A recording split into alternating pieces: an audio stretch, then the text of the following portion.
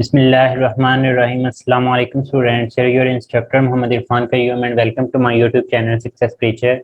उम्मीद करता हूँ आप सभी लोग खैर आफियत से होंगे। आज की इस पर्टिकुलर वीडियो के अंदर हम लोग 12 सितंबर को मॉर्निंग और इवनिंग बैचेस के अंदर होने वाले केमिस्ट्री पोर्शन का पार्ट 2 जो है वो डिस्कस करने वाले हैं। क्वेश्चन नंबर 23 तक जो है वो हम लोग पार्ट 1 के अंदर डिस्कस कर चुके हैं। So let's start with the question number 24।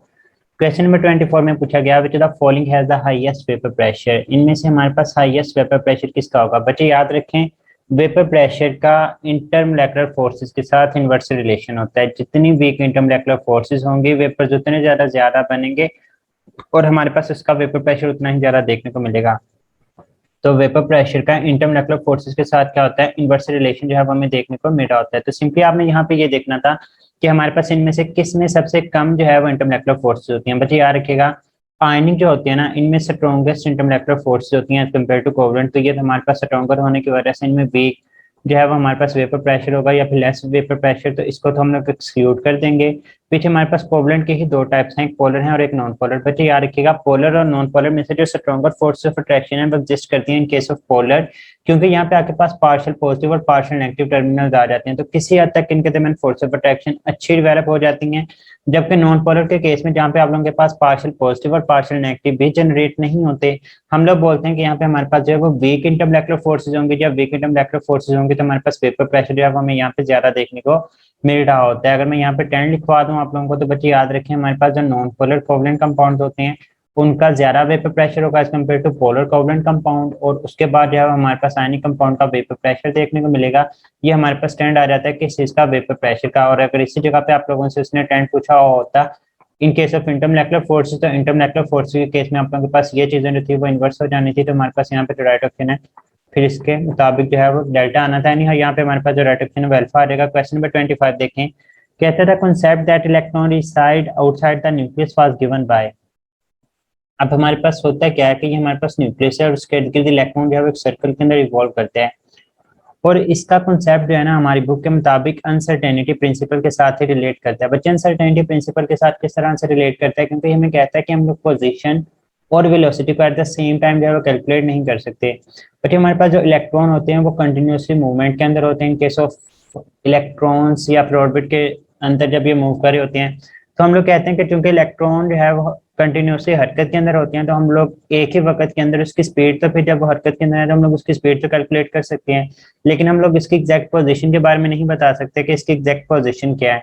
तो यानी हाउ ये डीप कॉन्सेप्ट है कि किस तरह से अनसर्टेनिटी प्रिंसिपल के साथ डील करता है। लेकिन मैंने आपको थोड़ा सा बता दिया कि हमारे पास इलेक्ट्रॉन जो है वो चूंकि कंटिन्यूसली गर्दिश के अंदर होते हैं एक सर्कुलर ऑर्बिट के अंदर, और यही चीज हमें बताती है कि इलेक्ट्रॉन आउटसाइड द न्यूक्लियस एक ऑर्बिट के अंदर ही रिवॉल्व करते हैं, और ऑर्बिट के अंदर ही हम लोग किसी भी चीज की एग्जैक्ट पोजीशन और स्पीड के बारे में नहीं बता सकते। तो इस तरह से हमारे पास अनसर्टेनिटी प्रिंसिपल के साथ जो है ये कॉन्सेप्ट डील कर रहा होता है। तो हमारे पास राइट ऑफ यहाँ पे डेल्टा था which of following has the lowest energy. बच्चे याद रखें ये हमारे पास न्यूक्लियस है, न्यूक्लियस के नजदीक हमारे पास, मैं आपको शेल के हिसाब से भी बता देता हूँ, सब शेल के भी मैं ऊपर बात करूंगा शेल के हिसाब से, नीचे में बात करूंगा सब शेल के हिसाब से। अगर हम लोग शेल के हिसाब से देखते हैं तो सब शेल के हिसाब से पहले के आ जाएगा, फिर एल आ जाएगा, फिर एम आ जाता है, फिर एन आ जाता है। अगर सब शेल की बात करें तो सबसे पहले एस, फिर पी, फिर डी और फिर एफ। बच्चे याद रखें हमारे पास अगर एनर्जी की बात करें तो जिस भी शेल या फिर सब शेल का न्यूक्लियस से डिस्टेंस जितना कम होगा उसकी एनर्जी जो है वो हमारे पास उतनी ही कम होती है। मतलब डिस्टेंस का एनर्जी के साथ इनवर्स डायरेक्ट रिलेशन होता है। अगर हमारे पास डिस्टेंस कम है के का, इसका मतलब इसकी एनर्जी भी कम होगी। अगर एन का डिस्टेंस न्यूक्लियस से ज्यादा है मीन्स इसकी एनर्जी भी ज्यादा होगी। तो N greater than M greater than L M greater than K, तो इसका मतलब होगा कि हमारे पास यहाँ पे राइट ऑप्शन जो है वो के आ जाएगा। इसका मतलब ये होगा कि अगर आप लोगों ने सबशेल के हिसाब से बताना होगा तो आप लोगों के पास इस तरह से जो है वो एक ट्रेंड बन जाएगा। ये किसका आया, ये हमारे पास एनर्जी का ट्रेंड आया। अगर आपसे पूछ रहा है कि स्टेबिलिटी, तो बच्चे याद रखें स्टेबिलिटी का इनवर्स रिलेशन होता है एनर्जी के साथ। केमिस्ट्री के अंदर जिस चीज की एनर्जी ज्यादा वो लेस स्टेबल होगा।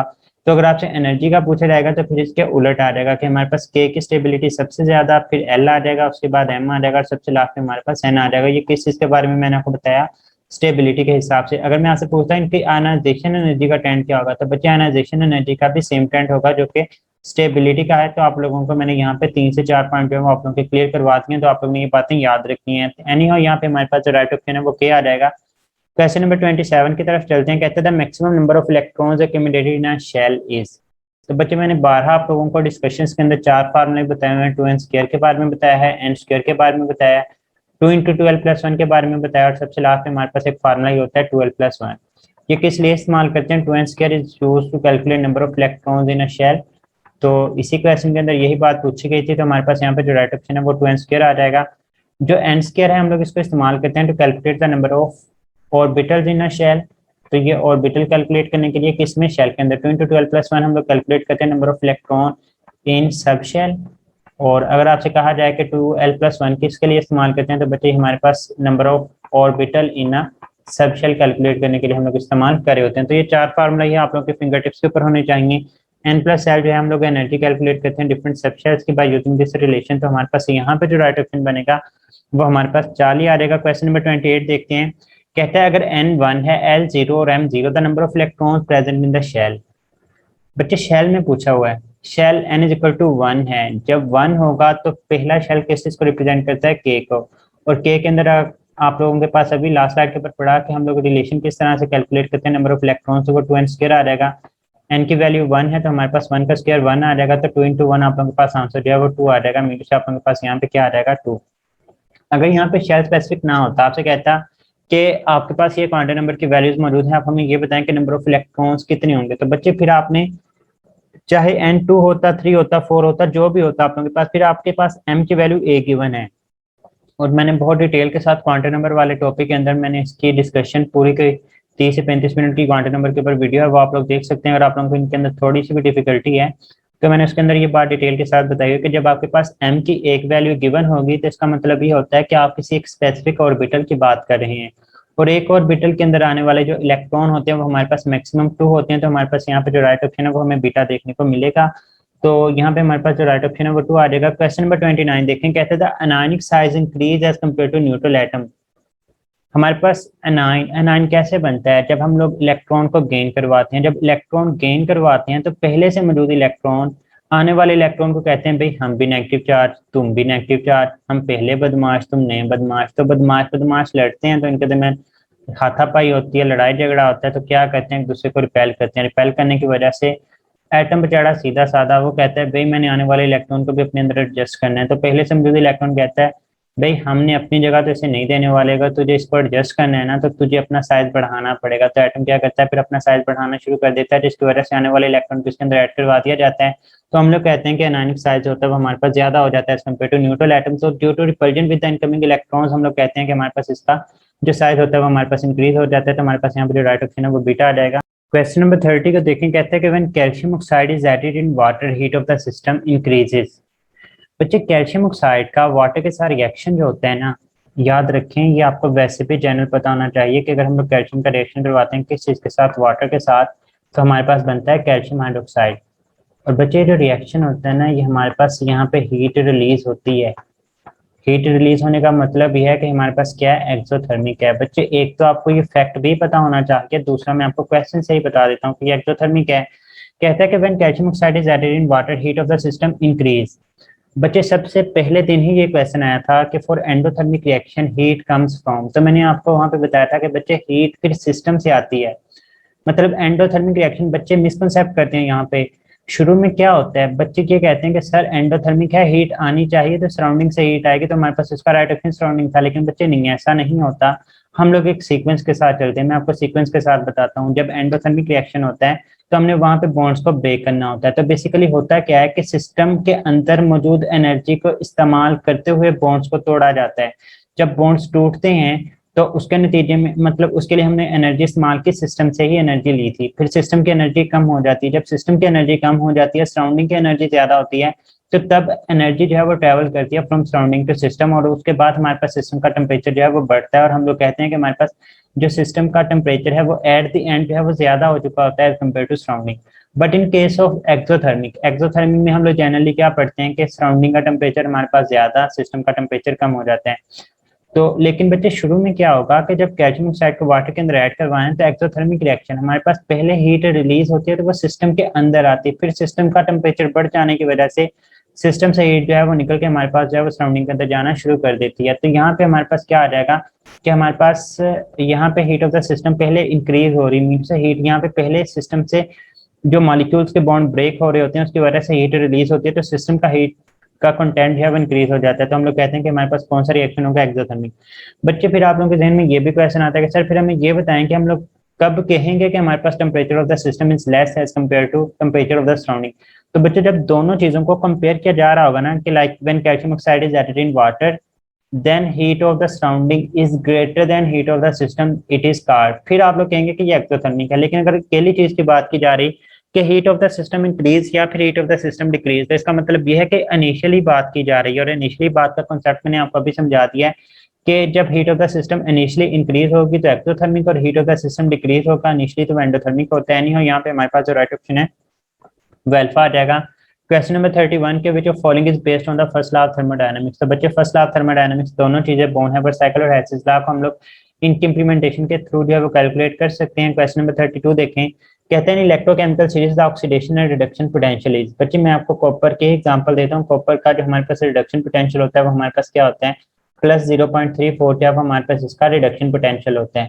और अगर मैं आपसे कहूँ कि अब मुझे इसका ऑक्सीडेशन पोटेंशियल बताएं, तो आप कहेंगे सर ये कौन सा कोई मुश्किल काम है, आपने लेक्चर में भी तो 12 हमें पढ़ाया हुआ है कि 0.34 जब इसका ऑक्सीडेशन पोटेंशियल होता है, सिर्फ हम लोग क्या करेंगे इसका जो साइन होते हैं वो चेंज कर देते हैं। तो इन शॉर्ट हम लोग ये कह सकते हैं बच्चे कि हमारे पास ऑक्सीडेशन और रिडक्शन पोटेंशियल का जो मैग्नीट्यूड होता है वो डिफरेंट नहीं होता, बल्कि वो सेम होता है। मैग्नीट्यूड सेम होता है, सिर्फ हम लोग उनके साइन जो है वो अपोजिट कर देते हैं। तो हमारे पास यहाँ पे जो राइट ऑप्शन है वो बोथ बी एंड सी जो है वो हमें देखने को मिल रहा होगा। क्वेश्चन नंबर 33 की तरफ चलते हैं। कहता है which one is used to find the rate of reaction in solution. तो बच्चे चैप्टर नंबर 11 के अंदर फिजिकल मेथड के अंदर ये बात गिवन है कि जहाँ पे भी हमारे पास रिफ्रैक्ट्रोमेट्रिक मेथड की बात आती है तो उसके अंदर हम लोग रेट ऑफ रिएक्शन सोल्यूशन को कैलकुलेट कर रहे होते हैं। ऑप्टिकल मेथड उस वक्त इस्तेमाल करते हैं जब हमारे पास कोई ऑप्टिकली एक्टिव सब्सटेंस हमें देखने को मिलता है। डायलेक्ट्रोमेट्रिक मेथड जो है वो हम लोग वॉल्यूम चेंजेस के लिए हम लोग जो है इस्तेमाल कर रहे होते हैं। और स्पेक्ट्रोमीट्री जो है वो हम लोग रेडिएशन वगैरह ऑब्जॉर्व करते हैं उसके लिए हम लोग इस्तेमाल कर रहे होते हैं। यानी यहाँ पे हमारे पास जो राइट ऑप्शन है वो डेल्टा आ जाएगा। क्वेश्चन नंबर 34 की क्रैकिंग प्रोसेस इन्वॉल्व। क्रैकिंग होता क्या है कि हायर हाइड्रोकार्बन को लोअर हाइड्रोकार्बन के अंदर तोड़ देना। तो हमारे पास कौन सा ऐसा प्रोसेस है, तो हमारे पास पेंटेन जिसमें हायर हाइड्रोकार्बन जो है उसको कन्वर्ट किया जा रहा है लोअर हाइड्रोकार्बन के अंदर, तो हमारे पास क्रैकिंग प्रोसेस है। तो हमारे पास यहाँ पे जो राइट ऑप्शन है वो अल्फा आ जाएगा। क्वेश्चन नंबर 35 देखें कि aliphatic hydrocarbon are also known है। तो बच्चे जो एलिफेटिक हाइड्रोकार्बन होते हैं इसके और भी नाम होते हैं। हमारे पास इसको ओपन चेन भी बोला जाता है। जो एलिफेटिक हाइड्रोकार्बन होंगे इसके जो दूसरे नेम आ जाते हैं उनमें से एक जो है वो हमारे पास ओपन चेन आ जाएगा, और इसी के साथ साथ इसको एसाइक्लिक भी बोला जाता है। तो आपने ये तीनों नाम इसके याद रखने हैं। तो हमारे पास यहाँ पे जो राइट ऑप्शन है वो अल्फा आ जाएगा। क्वेश्चन नंबर 36 देखें, कहता है कि विच एजेंट इज फॉर्म्ड। बच्चे यूज नहीं, फॉर्म कौन सा होता है, when phenol is converted into benzene. तो हम लोग क्या करते हैं, हम लोग फिनोल का रिएक्शन करवाते हैं जिंक के साथ।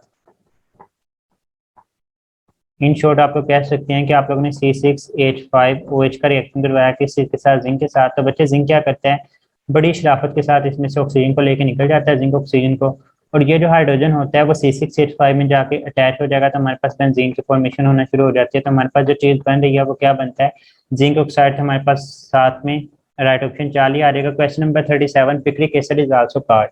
बच्चे पिक्रिक एसिड का फार्मूला क्या होता है, OH, उसके बाद 3 इसके अंदर जो है वो NO2 अटैच होते हैं। इस तरह से हम लोग इसके NO2 जो है वो अटैच कर देते हैं। 2,4,6 ट्राई नाइट्रोफिनोल जो है वो हमारे पास पिक्रिक एसिड का फार्मूला ही होता है। आपसे इसका यूपैक नेम पूछा जाता है, अगेन रिपीट कर रहा हूँ, 2,4,6 ट्राई नाइट्रोफिनोल। तो बच्चे ये कार्बोक्सिलिक एसिड तो नहीं है, तो ना ही ये डाइकार्बोक्सिलिक एसिड है, ना मोनोकार्बोक्सिलिक एसिड है, ना ही ट्राइकार्बोक्सिलिक एसिड है। तो ये हमारे पास क्या होगा बच्चे, हमारे पास जो है वो एसिडिक फिनोल होगा। याद रखिएगा ये हमारे पास ओनली ऑर्गेनिक एसिड जिसके अंदर जो है वो हमारे पास कार्बोक्सिलिक एसिड का जो फंक्शन ग्रुप है वो हमें देखने को नहीं मिला होता। ये बात आप लोगों ने यहाँ से याद रखनी है। और दूसरी बात ये भी याद रखनी है कि हमारे पास जो पिक्रिक एसिड होता है वो बहुत ही ज्यादा एसिडिक होते हैं। और इसका ये भी पूछा जा सकता है, अगर कभी पूछा जाए तो बच्चे याद रखिएगा कि इसके जो है वो हमारे पास येलो पीपीटी बन रहे होते हैं। इसकी जो pKa की वैल्यू होती है वो हमारे पास याद रखिएगा 0.38 से लेकर 0.4 तक होती है। और pK वैल्यू का एसिडिक स्ट्रेंथ के साथ इन्वर्स रिलेशन होता है, ये बात भी याद रखनी है आप लोगों ने। अब क्योंकि एसिडिक स्ट्रेंथ के साथ इसका इन्वर्स रिलेशन होता है तो हम लोग कह सकते हैं कि चूंकि इसकी pK की वैल्यू कम है तो इसकी एसिडिक स्ट्रेंथ क्या होगी, हमारे पास इसकी जो एसिडिक स्ट्रेंथ होगी वो हमारे पास ज्यादा हमें देखने को मिल रही होती है। तो चूंकि इसकी pK कम है तो एसिडिक स्ट्रेंथ ज्यादा होगी, तो हमारे पास ये एसिडिक फिनोल जो है वो हमें देखने को मिल रहा होता है। तो हमारे पास यहाँ पे जो राइट ऑप्शन है वो क्या आ जाएगा, वो हमारे पास डेल्टा आ जाएगा। क्वेश्चन नंबर 38 देखें, कहता है कि फॉर्माइल ग्रुप इज प्रेजेंट। बच्चे formyl group C double bond हो ए जो है वो हमारे पास at the end of chain, ये भी बार रिपीट हो चुका है कि तीसरी से चौथी दफा मैं क्वेश्चन को डिस्कस कर रहा हूँ। तो हमारे पास यहाँ पे जो राइट ऑप्शन है वो अल्फा आ जाएगा कि it is present at the end of chain. Question number 39 की तरफ चलते हैं कि SN1 is better given by. बच्चे SN1 जो है जिसके अंदर कार्बोकैटाइन भी बनता है, कार्बोकैटाइन जो स्टेबल होता है वो हमारे पास टर्शरी होता है। कार्बोकैटाइन की स्टेबिलिटी रिएक्टिविटी, कार्बन आयन की स्टेबिलिटी रिएक्टिविटी, फ्री रेडिकल की स्टेबिलिटी रिएक्टिविटी, बहुत डिटेल के साथ में इनके ऊपर भी मेरा वीडियो लेक्चर एक मौजूद है, तो आप लोग उसको भी देख सकते हैं। एनी हाउ यहाँ पे हम लोग एमसीक्यूज को डिस्कस कर रहे हैं, तो सिर्फ कार्बोकैटाइन की स्टेबिलिटी को याद रखिएगा कि टर्शरी सबसे ज्यादा स्टेबल होते हैं, फिर सेकेंडरी, उसके बाद हमारे पास प्राइमरी होते हैं। तो इसी हिसाब से हमारे पास जो टर्शियल कायल हैलाइड होते हैं वो SN1 मैकेनिज्म शो करते हैं, जो हमारे पास प्राइमरी कायल हैलाइड होते हैं वो SN2 मैकेनिज्म शो करते हैं, और जो हमारे पास सेकेंडरी कायल हैलाइड होते हैं वो SN2 का भी साथ देते हैं, और वो साथ में हमारे पास SN1 का भी साथ दे रहे होते हैं। SN2 का साथ कब देंगे? जब हम लोग मीडियम इस्तेमाल करते हैं नॉन पोलर, और जब हम लोग पोलर मीडियम इस्तेमाल करते हैं तो तब हमारे पास जो है वो SN1 का साथ दे रहे होते हैं। तो हमारे पास यहाँ पे जो राइट ऑप्शन है वो 40 आ रहेगा। Question number 42 hydroxy propanoic acid is also called. तो बच्चे आप लोगों ने 2 हाइड्रोक्सी प्रोपानोइक एसिड को ड्रा कर लेना है। सी डबल बॉन्ड वो H है हमारे पास, ये कार्बन इसके ऊपर हम लोगों ने OH अटैच कर दिया, हाइड्रोजन को पूरा कर लें। तो ये हमारे पास 2 हाइड्रोक्सी प्रोपानोइक एसिड है, ये हमारे पास लैक्टिक एसिड का बेसिकली फार्मूला ही है। तो आप लोगों से यही पूछा गया कि ये क्या है, तो आप लोगों ने चैप्टर नंबर 12 के अंदर भी पढ़ा हुआ है, चैप्टर नंबर 13 के अंदर भी पढ़ते हैं। तो हमारे पास यहाँ पे जो राइट ऑप्शन है वो 40 आ जाएगा। क्वेश्चन नंबर 41, क्या iodoform test is used to distinguish between. बच्चे अल्कोहल भी शो करते हैं, एल्डिहाइड भी शो करते हैं, कीटोन्स भी शो करते हैं। मैं आपको लिखवा देता हूँ। अगर आपके पास प्राइमरी अल्कोहल की बात आए तो सिर्फ और सिर्फ एथेनॉल एक ऐसी अल्कोहल है जो कि ये शो करती है। अगर हम लोग बात करते हैं सेकेंडरी अल्कोहल की, तो सेकेंडरी अल्कोहल में सिर्फ और सिर्फ 2 अल्कोहल जो होते हैं मीन से कार्बन नंबर 2 के ऊपर जिनके अंदर OH लगा होगा वो शो करेंगे। अगर एल्डिहाइड्स की बात करें तो उस केस में हमारे पास सिर्फ और सिर्फ एसिटाल्डिहाइड ये रिएक्शन शो करता है, उसके अलावा कोई भी एल्डिहाइड ये शो नहीं करेगा।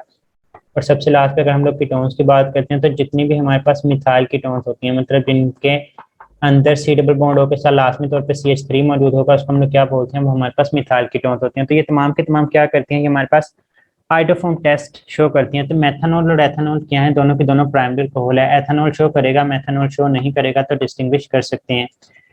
एसिटाल्डिहाइड और बेंजाल्डिहाइड दोनों के दोनों एल्डिहाइड हैं। एसिटाल्डिहाइड शो कर सकता है, बेंजाल्डिहाइड शो नहीं करेगा, से इसको भी डिस्टिंग्विश कर सकते हैं, तो दोनों डिस्टिंग्विश किए जा सकते हैं। तो right option will be both.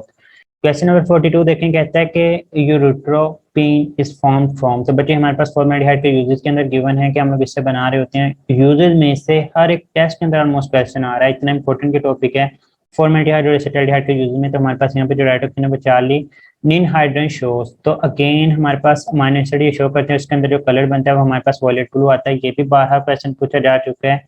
Question number 44 देखिए, almost all naturally occurring amino acids are alpha amino acids. Again it's a book line, not a deep concept. Chemistry बहुत ज्यादा आसान आ रही है बच्चों पेपर के अंदर, चंद एक कांसेप्ट होते हैं वो मैं आप लोगों के साथ शेयर कर देता हूँ, और उनके साथ साथ दूसरे क्वेश्चन भी बता देता हूँ जो जो पूछे जा सकते हैं। तो यहाँ पे हमारे पास जो राइट ऑप्शन है वो अल्फा बनेगा। क्वेश्चन नंबर 45 देखें कि types of polymers on the basis of thermal response. तो बच्चे थर्मल रिस्पांस के बेस के ऊपर इसकी 2 ही टाइप्स हैं, वो कौन कौन सी हैं? एक हमारे पास थर्मोप्लास्टिक होते हैं और दूसरे हमारे पास थर्मोसेटिंग होते हैं। तो इसका जो राइट ऑप्शन है वो हमारे पास क्या आ जाएगा, अल्फा आ जाएगा थर्मोप्लास्टिक, और साथ में हम लोग लिख देते हैं कि यहाँ पे हमारे पास जो है वो थर्मोसेटिंग हमारे पास बन रहे होंगे। तो राइट ऑप्शन 2 आ जाएगा। Question number 46, the main source of energy from carbohydrate is. तो बच्चे इसका जो सोर्स होता है वो हमारे पास स्टार्ट होता है। Question number 47, which one remove the electron. Electron को रिमूव करवाना मतलब आपने ऑक्सीडेशन करवानी है, इसके लिए जो एंजाइम इस्तेमाल करते हैं वो हमारे पास क्या होते हैं, ऑक्सीडेज। और डीहाइड्रोजिनेज, डी का मतलब रिमूवल, रिमूवल ऑफ हाइड्रोजन भी आप लोगों के पास क्या होता है, रिमूवल ऑफ इलेक्ट्रॉन के ही बराबर होता है। तो हम लोगों ने ऑक्सीडेशन ही करवानी है, तो हमारे पास इसके लिए बोथ एंड बी को हम लोग इस्तेमाल कर सकते हैं। तो हमारे पास यहाँ पे जो राइट ऑप्शन है वो डेल्टा आ जाएगा। बच्चों उम्मीद करता हूँ आप लोगों को ये तमाम के तमाम डिस्कशन जो है वो पसंद आ रही होंगी। अगर डिस्कशन पसंद आ रही है तो अपने दोस्तों के साथ लाजमी तौर पर शेयर कीजिएगा। दुआ में याद रखिएगा, फी अमानिल्लाह, अल्लाह हाफिज़। और बच्चों आप लोगों से एक रिक्वेस्ट इस हिसाब से भी करना चाहता हूँ कि आप लोगों के नेक्स्ट जिस बच्चे का भी पेपर है तो वो लाजमी तौर पर मेरे व्हाट्सएप नंबर 0300-6687-7752 इस नंबर के ऊपर आप लोग मेरे से कॉन्टैक्ट करके आप लोग मेरे साथ क्वेश्चन शेयर कर सकते हैं, ताकि हम लोग ऑथेंटिक एमसीक्यूज आने वाले बच्चों के लिए जिनका 2022 के अंदर सेशन होगा उनको ऑथेंटिक एमसीक्यूज प्रोवाइड कर सकें, और जिनका आपके बाद पेपर होगा उनको भी सही से फायदा हो सकेगा। तो अल्लाह ताला की ज़ात आप लोगों को इस बात का जो है वो अजर देगी और आप लोगों को कामयाबियाँ अता फरमाए। स्टे ब्लेस्ड, अल्लाह हाफिज़।